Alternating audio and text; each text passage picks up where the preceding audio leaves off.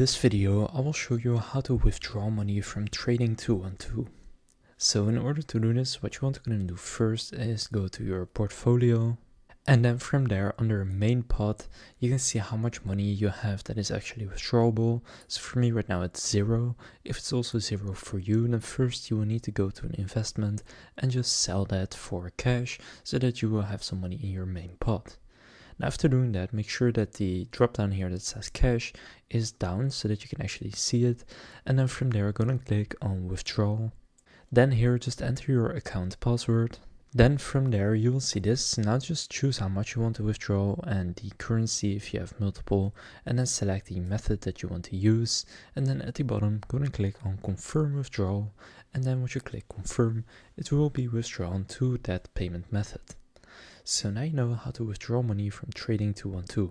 If this video was helpful, please consider leaving a like and subscribing to my channel. With that being said, I will see you in the next video.